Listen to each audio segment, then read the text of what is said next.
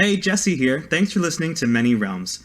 In this episode, we are playing Bluebeard's Bride, which is a horror RPG with a specific focus on the oppression of women, and includes concepts like violence, abuse, and body horror. You can use the full list of content warnings and the episode transcript linked in the description to determine if you'd like to listen to this episode. Once upon a time, there lived a lord, whose palace was so splendid and so richly furnished that even the sultans could not be compared with it. He had dishes of gold and silver, sofas and chairs upholstered in the finest silk. The walls were adorned with every kind of curious antique.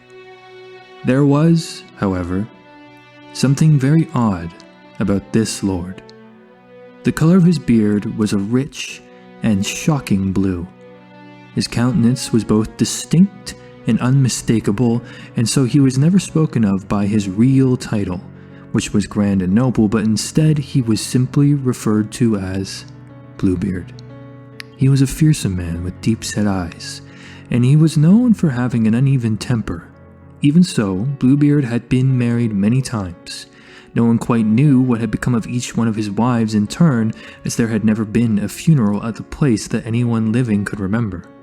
They simply vanished, and when time passed, he would marry anew. One day, Bluebeard went hunting in the countryside near his estate.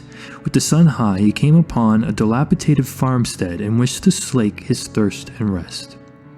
The farmers were eager to please the powerful lord and set their lovely young daughter scurrying to serve him tea and bread. Bluebeard was instantly smitten with her beauty. He decided right then that he would take her as his wife. For a week he entertained her amongst a cadre of other fine lords and ladies.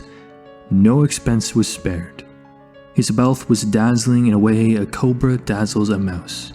After that single hedonistic week, Bluebeard came to call with a marriage proposal. Bluebeard scared the young woman, but she couldn't let her family languish in poverty. And besides, maybe his beard wasn't quite that blue. She accepted his proposal. In short order, they were married at the palace. Such a sight it was. 1,000 lilies decorated the pagoda for the ceremony. Delightful incense burned throughout the night. The young bride awoke the next morning in her bed alone, her marriage yet unconsummated. This caused her some amount of anxiety, yet also relief. She was escorted by a servant to the dining hall, and there she found Bluebeard breaking his fast. He greeted her cheerily and bade her eat. Bluebeard informed her that he had received urgent news and must leave at once on a journey of much importance and would likely be gone for many weeks. To console her, he kissed her affectionately and gave her the keys to every door in the house. He bade her to amuse herself in his absence. "Here," he said, "are the keys to your new home.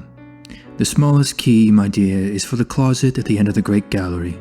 Open everything, go everywhere, save this one little room. I forbid you to use that key."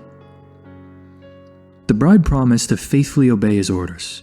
She stood waving to him from the palace gates as his caravan of camels and horses kicked up a trail of dust as they departed. No sooner was he gone than she began to wonder what could possibly be hidden behind the forbidden door. Did he hide disturbing habits or unseemly desires? Was there some secret treasure known only to those of noble blood? Did he hide a mistress?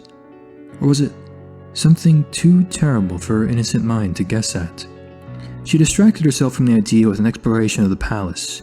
She inspected the galleries, each more magnificent and splendid than the last. She tried on exotic furs and rubbed herself in priceless oils. She visited the servants in the kitchen, which caused quite a stir, and luxuriated in the steamy marble baths. All the while, her curiosity was gnawing at her. Was not the palace now her domain? Did not her husband trust her with his secrets? She idled in her bedchambers, becoming lethargic and gloomy. The splendor of her surroundings took on a sour bent, and she could take no pleasure in them. Finally, she could not resist the siren call of the forbidden door no longer. In the pitch of night, she took a single lamp and descended a back staircase to the gallery. Upon reaching the closet door, she paused. remembering her husband's command. She feared what might happen if she disobeyed, but the impulse of her curiosity was too strong to resist. With trembling hands, she fit the small key into the lock and opened the door. At first, with the weak lamplight, she could not see much. As her eyes adjusted, she realized what was in the room. The floor was covered in congealing blood, and the walls were lined with headless bodies, Bluebeard's previous wives. A great scream tore itself from her throat, and she dropped the key. It was a few moments before she came back to herself. In a daze, she grabbed the key from the floor and rushed out the room. She locked it behind her and returned to her chambers. In the daylight of the following morning, it all seemed like a dream. When she examined the small key, she found a stain of blood upon it. She wiped it carefully, but the blood remained. Then she washed it and scoured it with sand, but to no avail. That very evening, Bluebeard came back from his journey saying that he had received word on the road that the business had already been settled. His wife tried her hardest to appear happy at his early return, but on the inside she quailed. She waited with dread anticipation for him to ask for the return of his keys. He did so upon the next morning. He looked through the keys and saw that the littlest one was stained. "How comes this blood upon the key?" "I do not know. I do not know," she faltered. "But I do," mocked Bluebeard. "You have done as I have forbidden. Well, now you will go in once again and take your place among the ladies you were so curious to see." The bride threw herself at her husband's feet and begged him to forgive her disobedience, but Bluebeard had a heart of flinty stone. "Prepare for your death," he declared. "No, please, give me but a few minutes," she cried, "so that I may pray." Bluebeard agreed, and the bride rushed to the top of the nearest tower, hoping against hope that someone, such as her father or mother, may be approaching for a visit, that she could give them a sign to make haste. Pennants whipped silently in the sun, but nobody was coming. The bride wept bitterly. Given no choice, the bride descended. He led her towards the tiny, horrible room. Near its entrance, he bade her kneel on the rough flagstone. She obeyed, weeping, and without ceremony he chopped off her head and put her body in among the other wives. My name is Eli, I play the mother, and it's good to be here. Hi, my name is Jordan. I play the Animus, and it's good to be here. Hi, I'm Jory. I play the witch, and it's good to be here. My name is Jesse. I'm the groundskeeper, and I'm here to bring the fear. Welcome to Many Realms.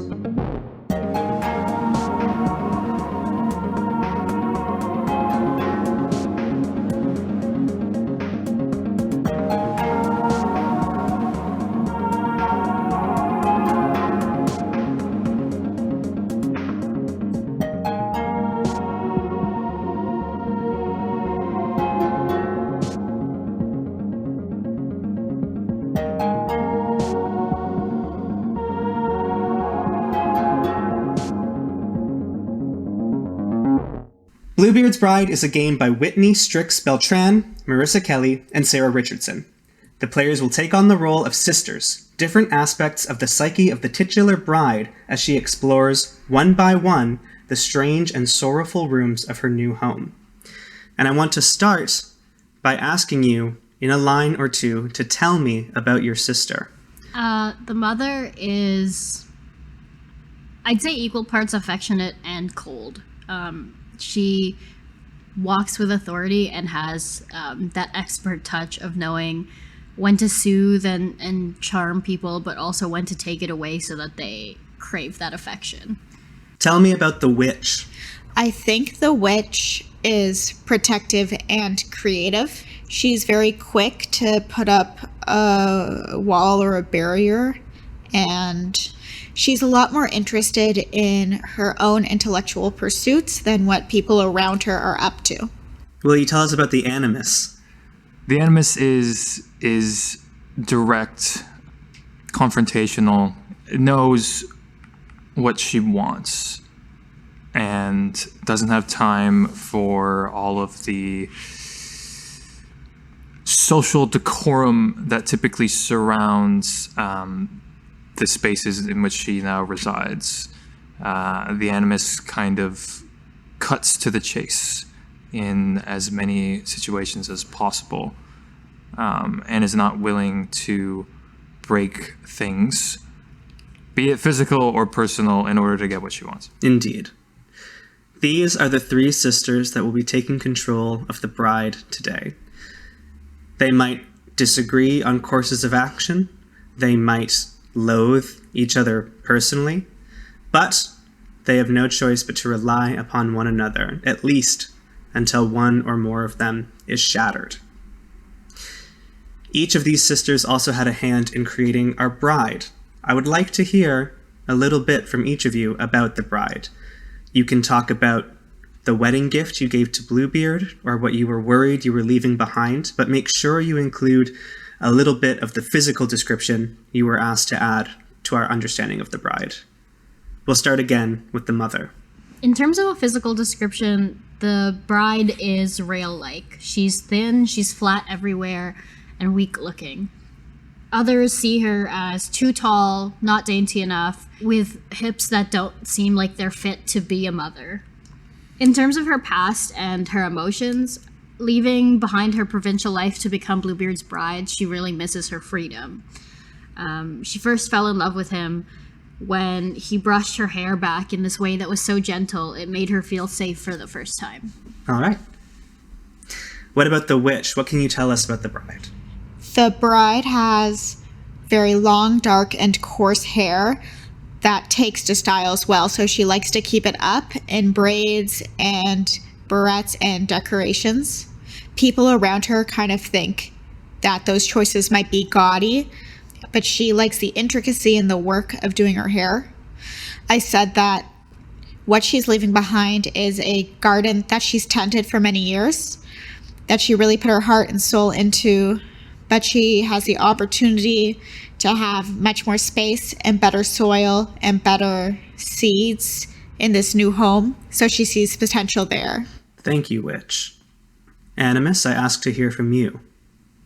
I was asked to describe the bride's hands, to which I answered that they are coarse and calloused. When people hold her hand, they can tell that she's worked among the lower class, which is something that she may be conscious of. I think I'll talk about her disposition towards Bluebeard himself. The question I was posed was, do you trust your generous husband, Bluebeard, or do you hold unkind suspicions? Why is that?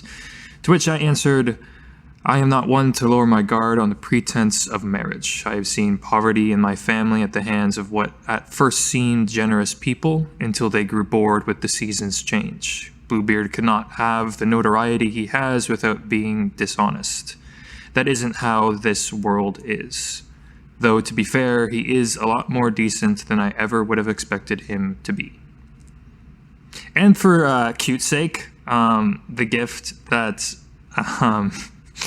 I presented Bluebeard before the wedding was an old pup by the name of Henley. I felt that Bluebeard needed a companion that was both too old and lazy to deceive him, and perhaps was a bit too daft even if it desired to. He is distrusting and poor soul, and Henley is loyal to a fault. They make a great pair. Jesse, don't do anything to this dog. Please. No. Thank you. Well, he's old. He's lived a big life. It may be unwise to tell me that anything in Bluebeard's manner may be cute. Now, we have heard about our bride. We have heard about our sisters. Each of you gave Bluebeard a gift on your wedding. And the gift he liked most was the gift of the witch, the feast she cooked for him, slaving in a hot kitchen. He admires your obedience and your loyalty, and he loves your wild, dark hair, and you are his favorite. That means that you begin with the ring. Put it on now. Worrisome. You don't want to be the favorite? I don't think I do. Well, attention can be both positive and negative, but for now, Bluebeard is nowhere to be found. You are standing, dear bride, in the front room of the manor.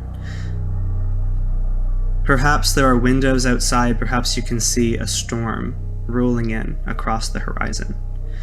You are carrying a large ring of keys, each one incredibly unique, made of some strange material or a unique shape, an odd color, a bizarre design. Each one calls to you with a different voice. You move to a door, Bride, and you select a key. Tell me about the key you select. Which? It is a big, heavy, old, rusty brass key. A little bit too big for the chain. What design does the key bear on its head? There's a small bird hieroglyph-looking thing inscribed on it. You unlock the door. When you push the door open, you could swear you hear the sound of fluttering wings. Then you enter the darkened room, and the door shuts behind you. Inside this room, dear Bride, you see what looks like a sewing room. Long disused, there are the shapes of dress forms and dummies draped in heavy white tarps, dotting the room. There is a rack on one wall that glistens with shining rolls of thread and sharp silver scissors. Against the back wall, below a heavily curtained window, is a sewing table, the machine built in, a stool in front of it. It seems to beckon you. I go, look at the sewing table. I don't touch it, though. Okay. I think that you are investigating a mysterious object. Yeah. What about this item is odd or uncanny? You lean down and you inspect the sewing machine in front of you. Its brass inlaid dials have all had the numbers worn away. It's impossible to see what the settings are. But when you crane down and look underneath the sewing machine, you can see that the needle, hanging an inch above the surface of the table, has a fat, heavy drop of bright red blood dangling from the tip. Not great. And what memories does this item hold? Are you willing to get close to the sewing machine? Sure. I still don't want to touch it. You sit down on the stool, and you see that there are two drawers, one on the left and one on the right of the sewing table. You open the left drawer, and you see a small, elegantly bound book of sewing patterns. At first, they seem to detail beautiful gowns, shapely dresses, nice, strongly corseted pieces.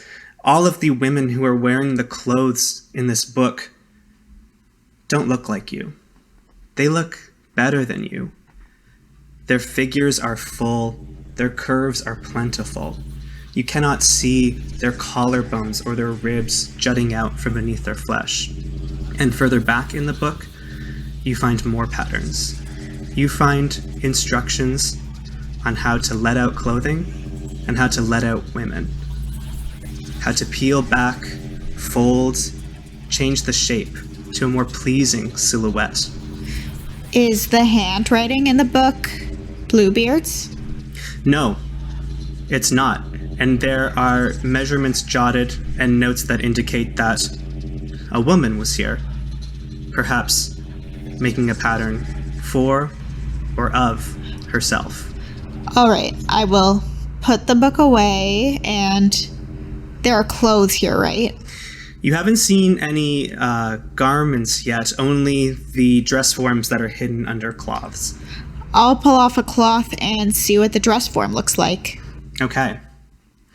Under the cloth is not a dress form. It is a woman. She is standing stock still, and she gazes up at you with eyes the color of honey. Long, fresh-looking cuts along her arms and down her legs seep blood slowly onto the floor.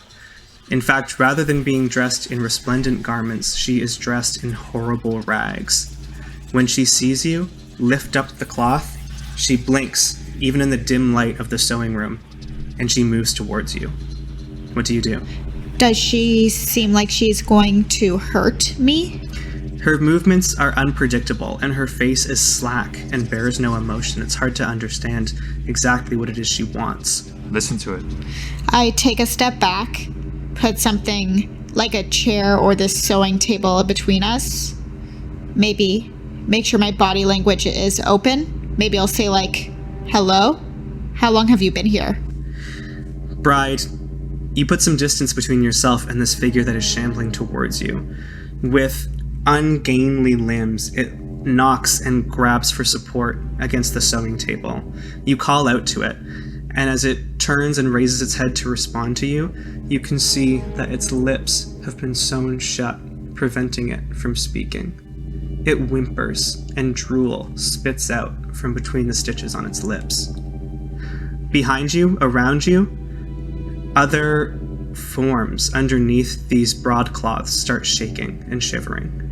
I'll approach the form and take a pair of sewing scissors and trim the stitches between her lips. That is for sure caressing a horror. You can roll with blood. 3. Yeah, baby. Oh, that's not great. Mm-mm. When you grab a pair of scissors off the wall and step forward daintily, you reach out with one hand and hold the thing's chin and its cheek, and with the other, you slide the scissors beneath the stitches and snip once, twice, 3 times, quickly as you can. Instead of opening its mouth with a cry of thanks, instead this creature bellows in pain. It rears back as blood starts spewing and spitting out of the cracks in its lips and dribbling down its face, mixing with its spittle. You drop the scissors in fear and step backwards, colliding with another one of the shapes that are beneath these broadcloths that again moves beneath you.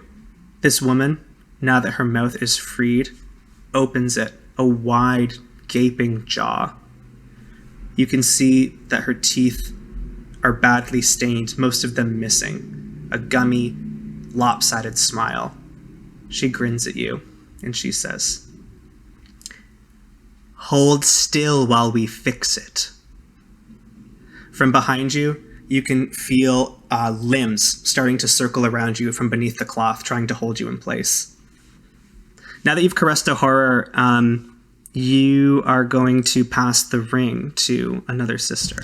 Yeah, I'm giving this ring to the Animus because we might need to... Be strong.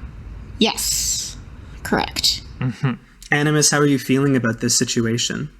I don't think that Bluebeard could have done this. Mm-hmm. I think that it's too great a horror. What would you like to do? I'd like to try and free myself from whatever grasp is coming. I'm assuming that it's like these arms are now around us. They're starting to reach. I gave you a little bit of space to decide if you want to relax into their caress or pull yourself free. The shears are on the ground. There are a pair of sewing scissors on the ground and a rack of wicked sharp gleaming instruments a little bit out of reach on the far wall. I'll make a motion for the largest, sharpest object I can find. You want to head towards the rack? Yes. Okay. As you move towards the rack, spending more time in this room, you can see further movement as more and more dress forms start to emerge from under these claws. There must be half a dozen in all. You swiftly and fearfully make your way over to the rack of sewing supplies, looking for, yes, here, a large pair of bronze shears. Thick, heavy, sturdy. You placed your back against the rack and turned to see 2 or 3 more of these doll-like, mannequin-like women with stiff joints, with scars delicately tracing out their imperfections, freeing themselves of the claws and standing to look down at you. Some of their gazes are pitiful, sympathetic. You imperfect, ugly creature with no meat, no breasts, nothing to offer Bluebeard but your bones. They want to help you. They want to fix you. I yelled that he didn't want any of you. Okay. How are the other sisters feeling about this? Mother, we haven't heard from you yet. I don't know. I mean, this is the kind of exact situation, I think, where the mother would also lean on the animus because she wants to lash out with violence and protect her body, protect herself, and fight off that insecurity, but it's not her strength. She feels weak in the face of being torn down because it's not what she's used to. And so I think, like, in this exact instance, this is the kind of thing where she also would give up to the animus and pray that it keeps her strong. That interests me because you are the one who named the bride as being rail thin and weak looking. Yeah.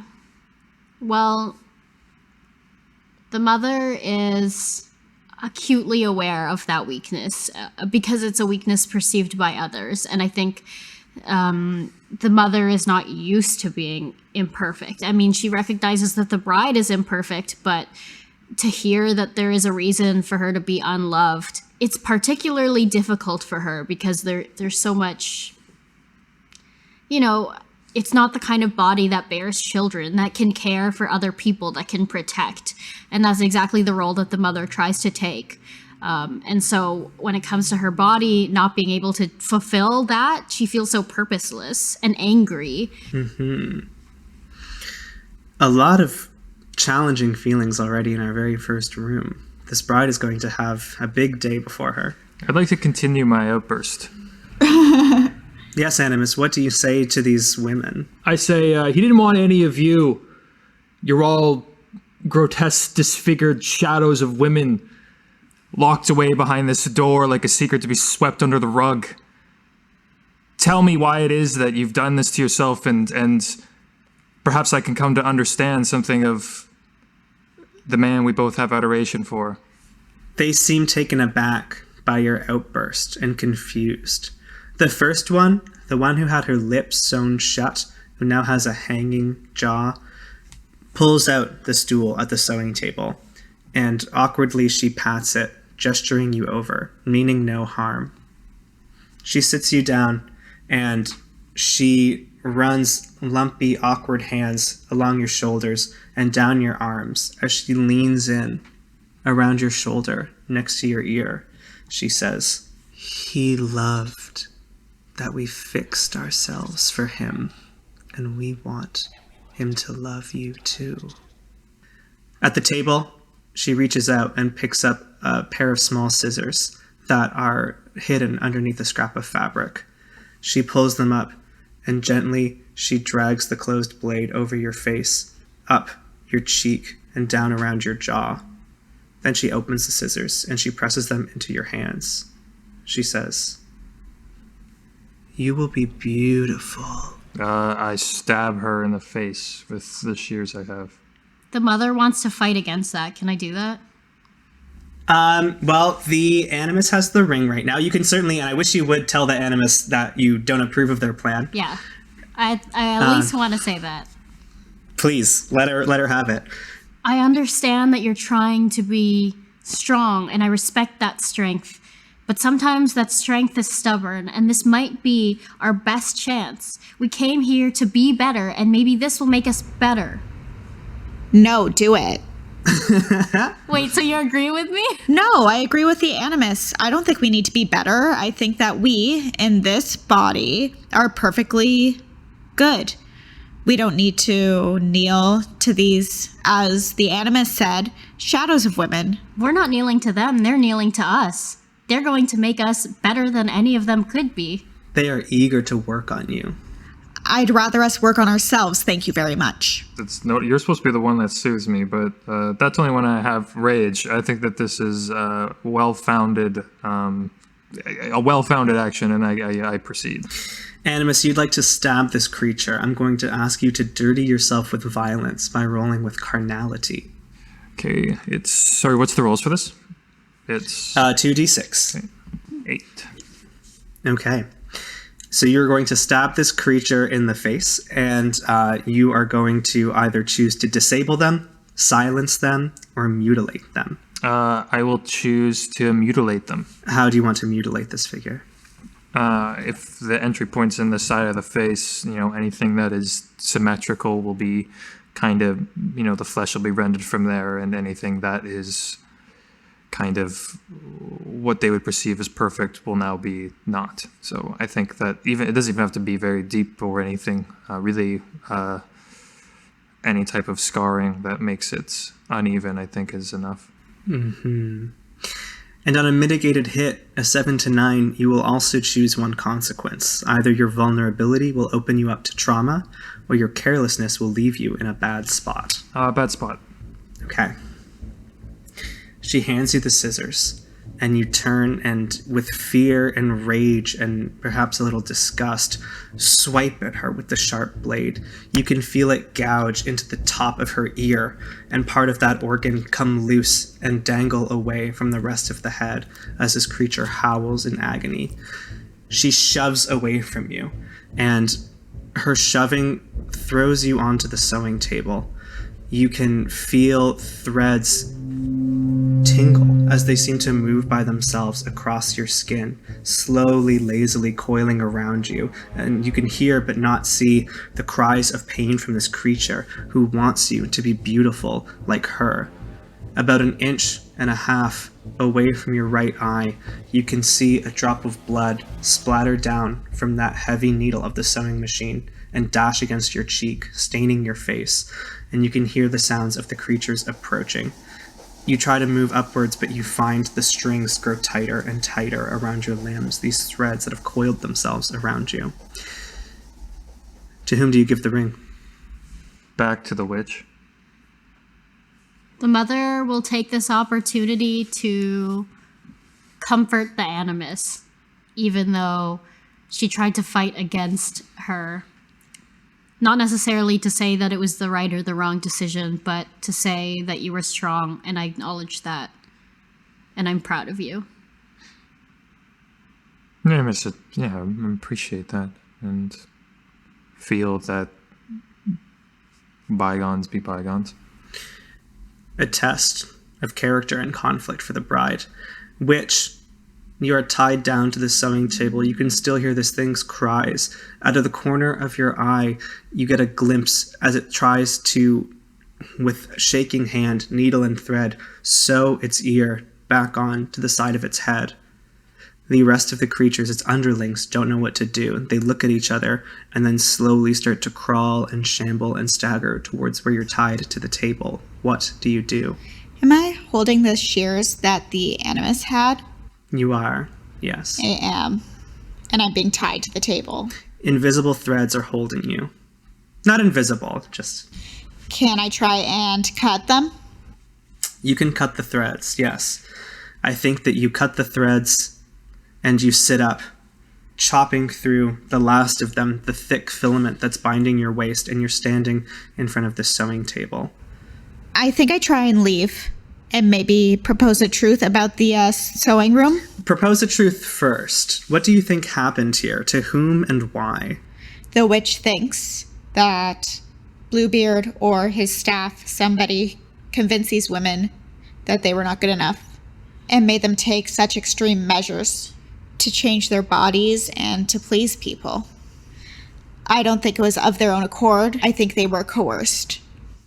What say you, sisters, to this truth?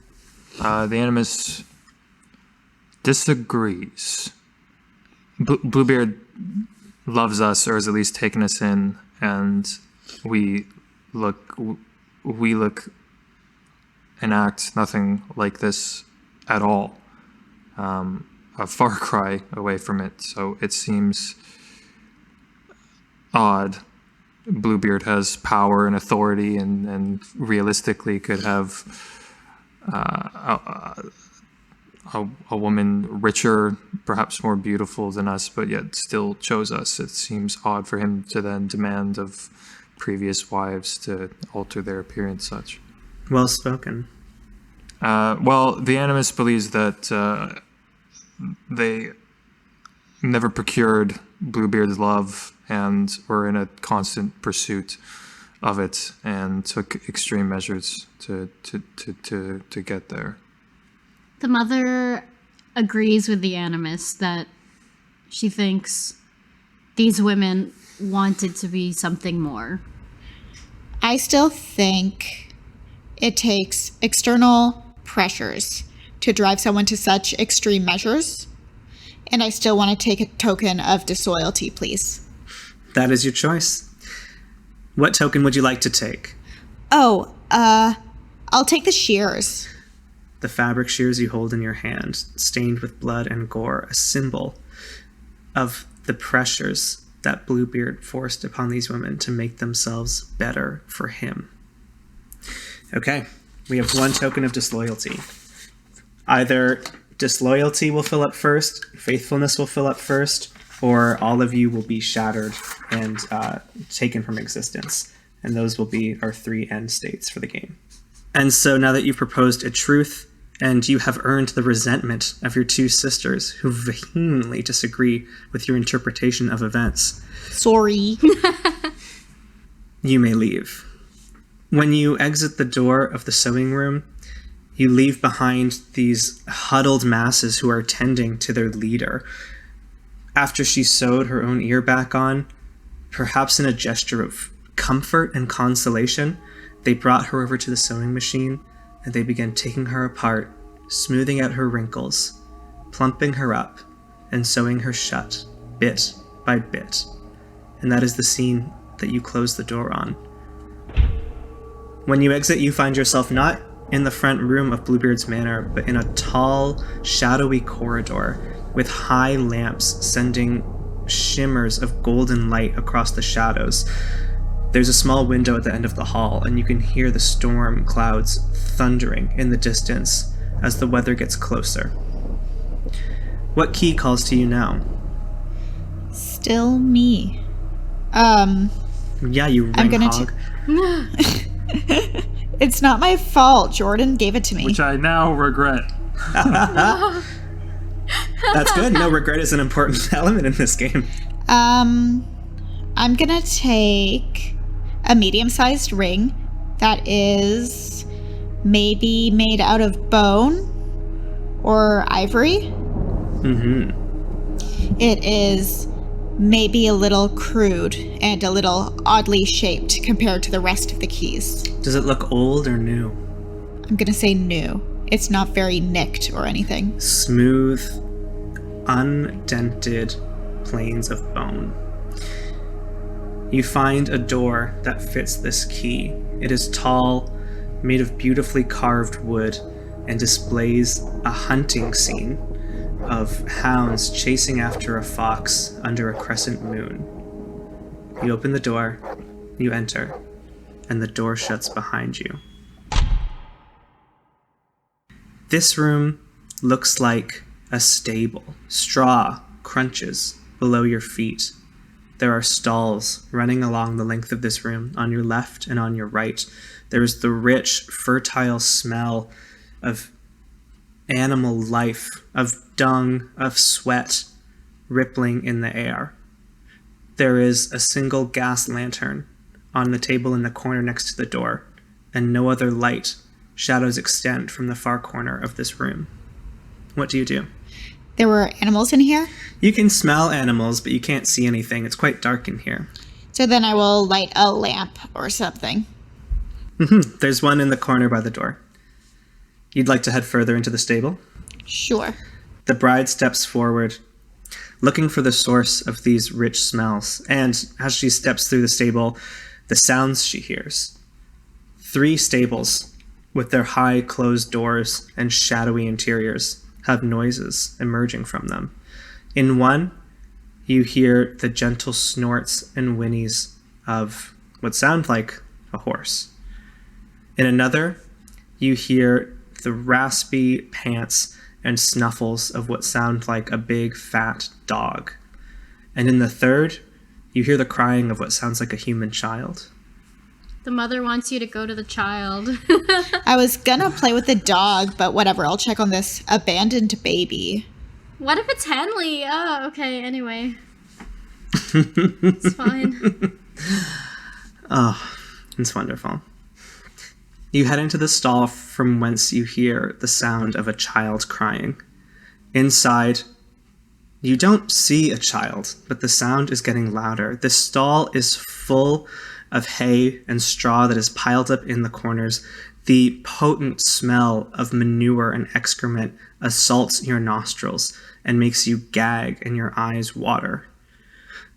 On the wall, it looks like there are pictures and words carved in crudely, as though with a small penknife, to the wood of the stable. Can I take a closer look? Why don't you investigate a mysterious object? Great. I will do that. Whose item is this? There is a signature carved in the corner of this strange artwork / graffiti / diary. The name is Maria.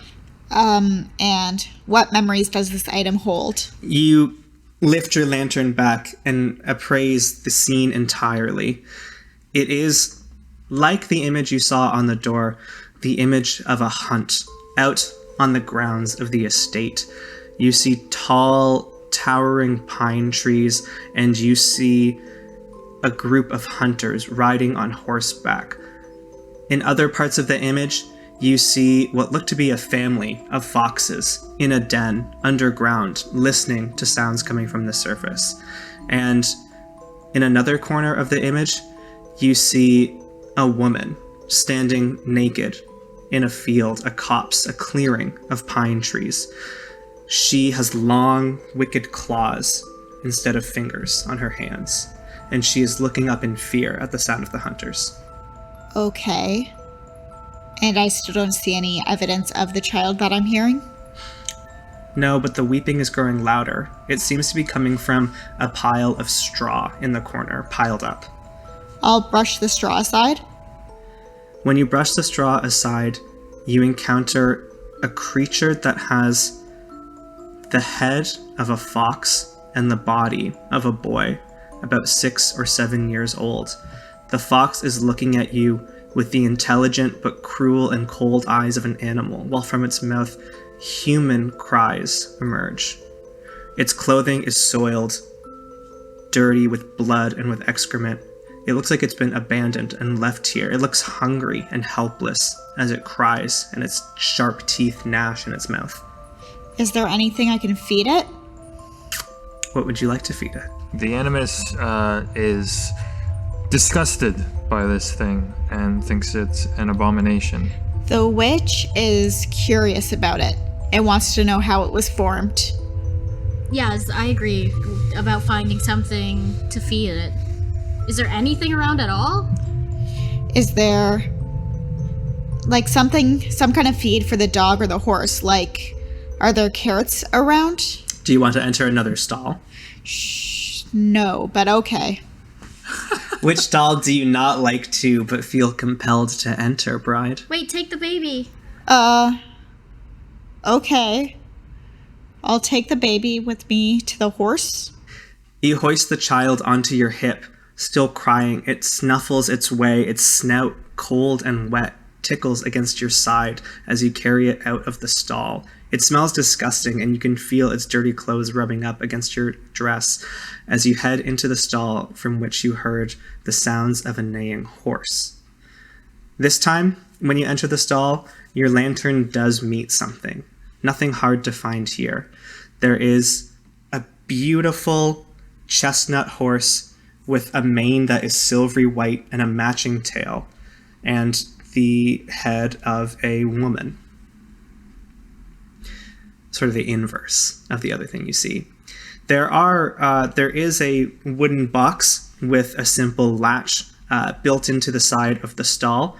It's ajar, and you can see that there are old bundles of carrots, dusty and dirty, in the bottom of this bin. So it's the head of a woman, so presumably she can speak.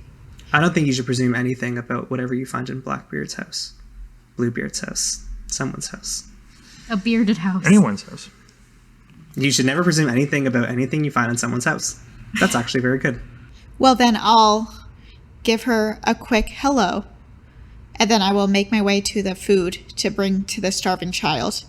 seeing that the horse is well fed. As you start towards the bin where the horse's food is presumably kept, the horse is startled and lets out a huge whinny and attempts to clomp down on you with its hooves, trying to prevent you from accessing its chest. I think I might want to give up the ring to the mother. Hey. Someone say baby? Yeah, someone said baby. And I think I'm less well equipped for maybe the situation than you might be. Mother, you are in control of the bride. Oh god. Terrifying. With the baby still on my hip, I want to caress and soothe this horse. What are you doing? I guess I'll caress her hair and draw her face close the way that I would a friend or a daughter. And I'll say, "It's okay. We're safe together." Mother, I ask you to roll with blood. My blood ain't good. -1. So yeah, it's -1. It's a 5. That's a miss. Mother, this startled, spooked, aggressive horse is attempting to trample you where you stand, and you decide to creep forward and give it a gentle touch and calm it down. You are not successful. The horse plants a hoof in the middle of your chest and kicks you with all of its might. You reel backwards into the door of the stable. You take 1 trauma as your head bashes against the splintering wood of the stable door. The fox-headed boy leaps from your grasp and sprints into a pile of straw, disappearing from sight. Is it still like rustling in the pile of straw? Like, can I sense out that it's still... You could try to locate it, but the stall is not much bigger than the horse. The horse is in a frenzy, and it wants to continue trampling you, and you're only, a matter of a foot or 2 in front of it. It's so unwise for me to stay in here, but I can't imagine leaving this scared child. What do you do? Can I take stock? The animus tells you to leave the child. You can take stock of a tense situation. You'll get 1 question. What does this place demand from the bride? I can ask you hard questions too, Jesse. You sure can. I wish you would. Hey!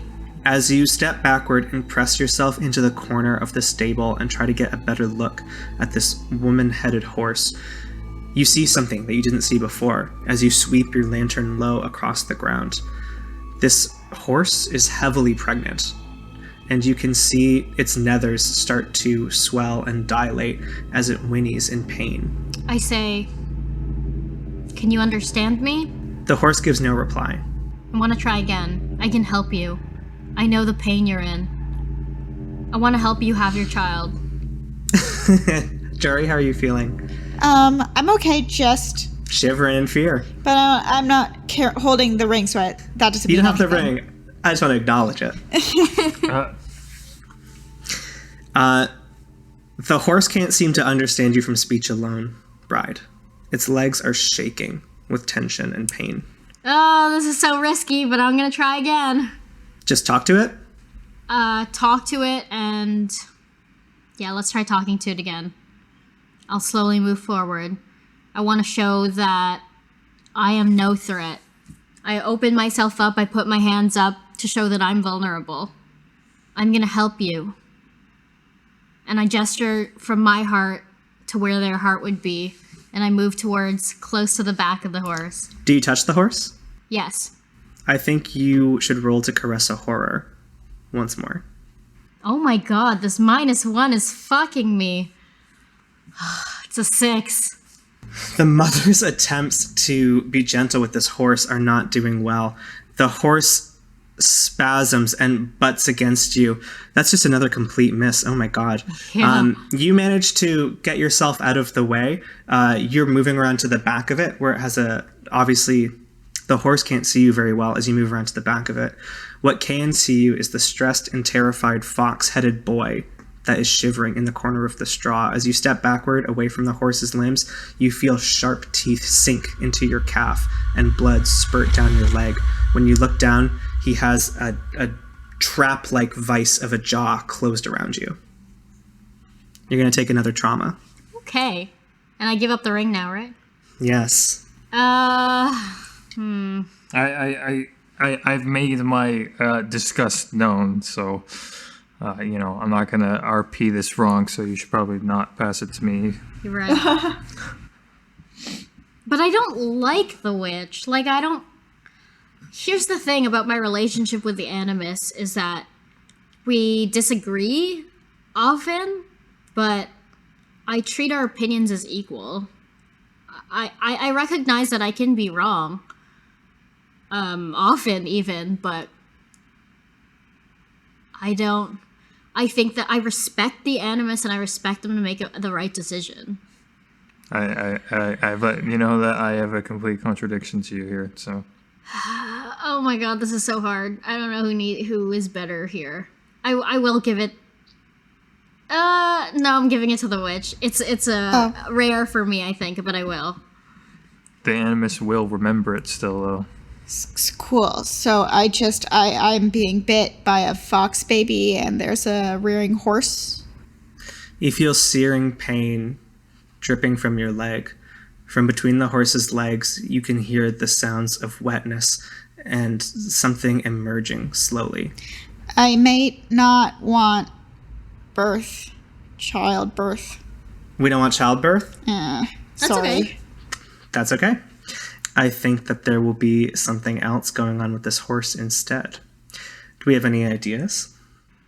Broken leg, because usually you're supposed to like kill a horse with a broken leg, right? How do we feel about a horse with a broken leg? I don't know if this is like I don't know if I want to rewind, but then that informs what I would have done. We can, if we want to, rewind back to, I guess, just encountering this horsewoman. I don't mind Eli being in the childbirth situation. So do you want? Well, you could always give up the ring. I guess that's true. If I just do the shiver in fear thing, that I'm giving up the ring. That might be more what's happening then. As long as you're comfortable with the scene proceeding with like a childbirth theme. Yeah, I just don't want to do it. Then sure, if that's what will make you comfortable, you're happy to give away the ring. Certainly, I think you are shivering from fear. All right, I'll give it to the Animus. Sorry, you're in it now. Haha. When you shiver from fear and you pass the ring, you must choose one result. Either the horror will infect the bride with its perversion, it will have the bride in its clutches, or you will take a trauma. I think I'll just take a trauma. Animus, your sisters are having a hard time in this stall. They need you to help them. I reach down and with my thumb and index finger, I plug the two nostrils of the fox boy. Okay. The fox boy struggles a little bit at first, and then it realizes it can't breathe, and as you hoped, it loosens its jaw, its clamp around your neck, and it chitters backwards and try to scurry once more into the hay.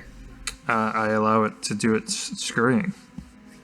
I don't want a lot of business with that. You hear sound coming from beneath the horse. More human cries. What do I see?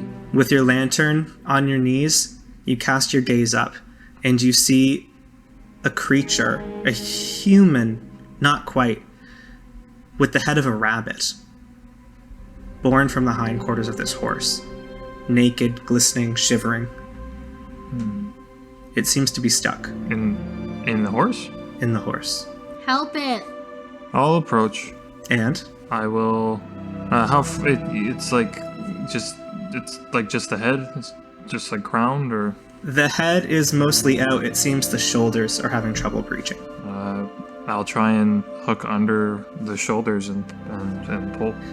I remember reading that the bride grew up with plenty of animals and a rich garden around in her simple home with her family. And I don't think it's unreasonable that this might not be the first time.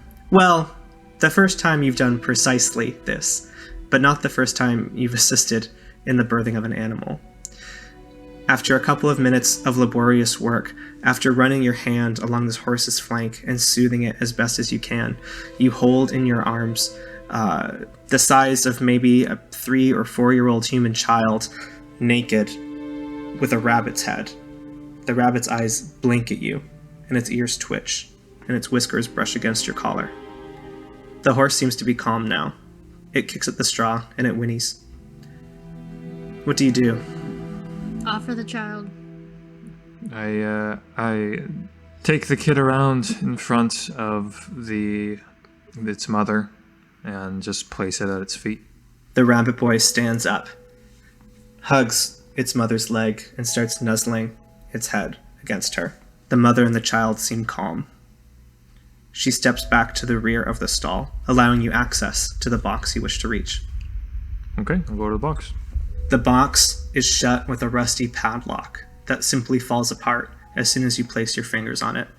And when you open the box, you find, yes, ribbons, awards, medals of a champion racehorse laid out proudly underneath the mildewy straw at the bottom of this box. And next to it, a set of clothes. A beautiful summer dress made of the finest linen, embroidered along the sleeves and collar with delicate, intricate, flowery patterns. Shoes, a hat, all bundled up nicely beneath the straw. And of course, a bundle of carrots. I want to consult the sisters on what they make of this. Sisters, what make ye of this? The mother feels so heartbroken that this horse had a life of her own, an identity, and she was strong and accomplished. And now they collect dust and she's just a mom and not both. She's a mother and she's in pain and her accomplishments collect dust. Was the woman the horse? Were they always separate? Was she the jockey for the horse and they somehow became combined? Well, I think that's up to us to do our best to arrive at. So You don't need to propose a truth at this stage. You can keep exploring the stable, but if you also feel like it's time to go, then that's fine too. I would like to see if I can find something more, yes. What is the current layout? Is there anything you're going to take or use from the box or examine further? Yeah, what memories does this item hold, and why did Bluebeard keep this item? Okay. You pick up one of the larger, more ornate medallions. It is hanging from a lush purple velvet sash that the wearer could adorn themselves with. On the front, it is carved with actually an image of a figure that has a woman's body, naked, in a pose of athletic prowess, and the head of a horse, the inverse of what you just saw. And on the back, you see engraved by hand, first place, and then at the bottom, a small heart. This seems to carry memories of superiority, joy, excellence, performance. Your other question was, why did Bluebeard keep this item? There was a pile of clothing. There was women's clothing, outdoor, summery clothes of linen, finely tailored. And next to those, as you dig, you also find a set of riding gear, a firm helmet, short black leather riding gloves, a crop, jodhpurs, and boots, neatly arranged next to the lady's clothes in the straw. So the reason to why is that it was someone that he just loved. It was one of his wives. It seems Bluebeard has kept supplies for whatever this creature might need. Still a lot of questions. There's more to explore. That's what I would like to do. Sure. Would you like to go elsewhere in the stable? Yes, please. What are my options with that? There were a couple of more stalls from which you didn't hear anything, as well as the stall from which you heard what sounded like a dog. Okay, well, check out the pup. When you stand up, you turn and you see the horse has changed. Instead, she's just a woman, from head to foot, nestled comfortably in a pile of straw, wrapped in a simple rag, and nursing her newborn baby with the rabbit head upon her breast. She looks up at you with soft, dreamy eyes, smiles wordlessly, and you exit the stall. Across the central alley of the stable, past a puddle of dank, dirty water, you hear the sounds of a dog snuffling in the night, and as you open the stall door, step inside, and cast your light about, you see not just one dog, but two. Luckily, they are both the correct configuration of head, body, and limb. Surprising relief you hadn't expected to be looking so desperately forward to. 2 dogs are curled up in the straw, one of them sniffling and snoring loudly. The other one is standing and is staring down at you, Bride, as you enter. It has bloody, flecked drool dripping from beneath its sharp teeth, and it looks up with you with malice. You can see that around its collar, it has a small wooden barrel attached to the leather with a little cork stopper on one end. It growls wickedly. I avert my gaze and just look to the floor and hold my hand out softly. I move it slowly, with not my fingers fully out, but in a half clenched fist, and just control my breathing and wait. As the dog steps forward, it spits out something that was caught in the back of its mouth. You look down and see a slender finger, dripping with blood, clenched off at the first knuckle, lying in the straw. As you look down and this dog stares up at you, suddenly 3, 4, 5 large, foul-smelling mice scurry in from the gaps in the boards of this stall and gnaw at the finger, carrying it off quickly. The dog inches forward, sniffs at your fingers. Will you leave them there? Yeah, they're not fully outstretched. They're to exactly guard against something of that sort. Though the wife holds steadfast and remains open to the dog. Witch, mother, how do you feel about this gesture? The mother, while confused and unsure if it's the right answer, encourages her. The dog bites your hand, scrabbling to get a grip on one of your fingers, its fangs scratching and breaking the surface of your skin. You take 1 trauma, and as you rear back, you find this dog lunging forward, attempting to taste more of your flesh. The lantern, is it made of glass? Yes. I hold it horizontally in front of the gaping jaw as the dog lunges in an attempt to try and put it into its mouth. Animus, I think once more you're choosing to dirty yourself with violence. Oh, we're dirty. Ooh, 13. Oh, wow. That's excellent. Are you going to disable, silence, or mutilate this creature? Disable. And you will suffer no consequence for your excellent roll, Animus.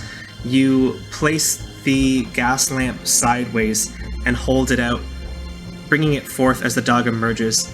As you anticipate, it clamps down on the glass and the twisted brass of the wiring of the lamp, which shatters in its mouth. It instantly starts howling in pain as the glass shards dig into the roof of its mouth and the gums between its teeth. Suddenly, the stall is plunged into darkness as you lose your only source of light. I would like to try, as the light is fading or as this is happening, to try and swipe this barrel around its neck. I think that's fair. I think with that excellent roll, tell me about it. I would like to reach out for it, and if I manage to, in the kind of fading light, actually grasp it and take it, I'd like to retreat from the room so I can examine it in light somewhere. Mm-hmm. You stagger back out of the stall, clutching the small barrel that you've unhooked from a latch on the collar of this dog that is now howling and crying in the empty blackened stall in which you leave it. It's very dark in the stable. You could swear that from some unknown window or skylight or sky itself, you could see faint streaks of moonlight illuminating the floor, but maybe just enough to read by. You head back to the front of the stable where you saw the small table by the door, and you uncork the barrel. You might expect a trinket such as this to hold liquor for an explorer traveling with a dog.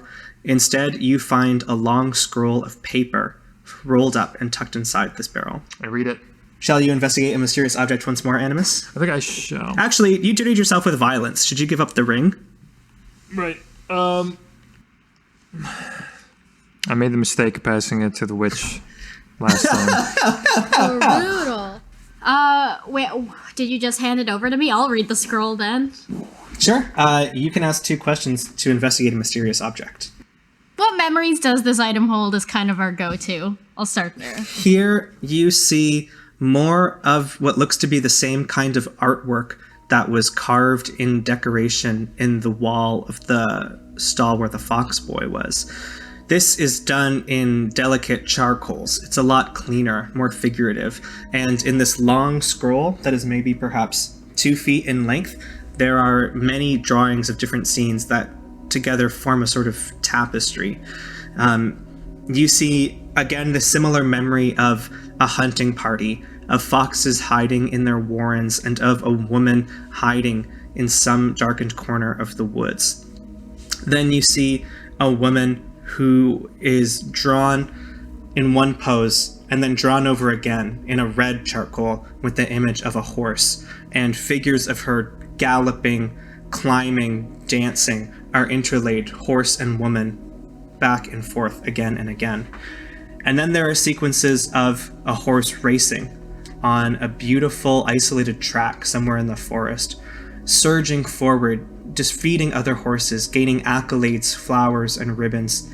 And there is another drawing, a last drawing, at the end of this scroll that was not drawn by the same person. It's in a thicker, heavier, cruder hand, and it is a drawing of a woman sleeping in a pile of straw.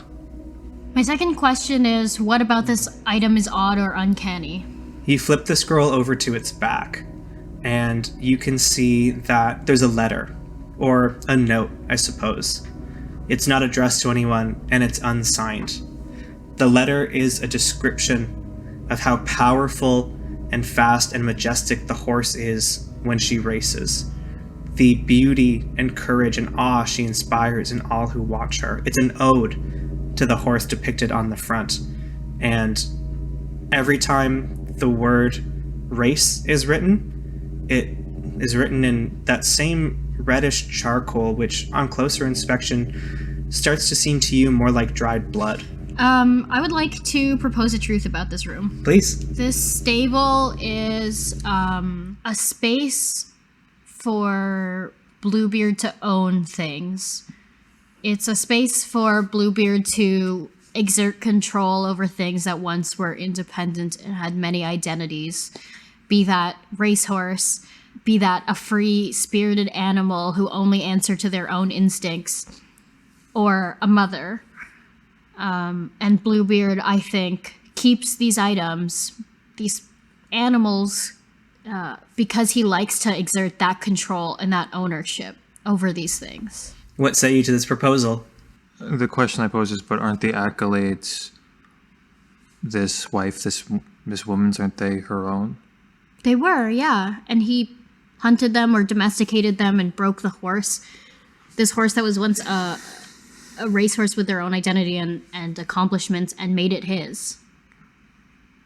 I don't think that we ourselves are, at least in that regard, in any position to judge. Being that we've presumably done the same, yes? Yes, and that's why I would like to take a token of disloyalty, because I feel that Bluebeard is trying to do that with us. He tries to mold us. We were once a sister, a daughter, a person. We once tended our own garden with our hands that are callous and, speak to our own accomplishments and all things that we have done. And now we've come here and become soft. And one day we will be a mother, and that's it. But that's our choice. And he's given us complete freedom inside of this place. Is it our choice? We didn't choose to be wed. Our family wed us so that they could have a better life and a better station. And he's gentle with us, but it wasn't our choice. We don't have freedom here. We may have happiness, but we don't have freedom here. I think this horse has resolved that question that I've had since we came here. Are we prisoners in this gilded cage or not? Question, though, for the actual play of the game, maybe I'm wrong. I thought that it was that we made the choice to come here to be wed. Yes, there's external pressures of family and whatnot, but it wasn't like we're like arranged marriage, right? Well, sorry, go ahead. whether or not there were expectations or pressures on the bride is up for us to determine. I don't think that the idea is that this is a strict 100% arranged marriage. I think in my mind the point is that that it's arranged in the sense that we are expected in this time period as women to be wed, and it's not a wedding of love and equality. We're not equals with Bluebeard. We, whether we chose it or not, gave ourselves to him. We are his object now. And as a woman in this time, we don't have a choice but to be somebody's object. We just get to choose whose. Bluebeard scared the young woman, but she couldn't let her family languish in poverty. And besides, maybe his beard wasn't quite that blue. She accepted his proposal. Which I'd also like you to weigh in. I'd like the witch to weigh in. I will say also, not to sway you one way or the other, but for instance, there was also, you all answered a question of what gesture Bluebeard performed that did endear himself to you. I think that it is worth thinking about if there's anything Bluebeard has offered that does make you happy, as the Animus says. But I do want to hear what the witch has to say. I agree that we should be taking a token of disloyalty. Is this not more evidence to what I saw in the other room, that there are pressures on these women to be molded into something they are not? Is this not another example of that? I think that the mother does skew towards loyalty towards Bluebeard. And so it's another unique position in which I would say that I would like to take a token of disloyalty, because I think, seeing animals and children in this pain is another kind of a soft spot for the mother. It hurts to see, and I would hate to see any potential child that I might bear for him be in that same kind of pain. The pain that I'm feeling right now, and I can ignore for myself, but I couldn't ignore for somebody that I care about. So I will take a token of disloyalty, and it will be the scroll. We have taken our second token of disloyalty, the scroll. The bride crosses the doorway of the stable, and the door swings shut behind her as she ventures further into Bluebeard's home. Thanks for listening to the first part of our Bluebeard's Bride game. We're about halfway through a batch of one-shots before we start our Monster Hearts campaign in February. The second half of Bluebeard's Bride will be out on January 5th. If you like this episode, it would be very cool of you to let a friend know, or post about us on social media, or whatever. We're at the Realmscast everywhere if you want to tag us. Okay, bye.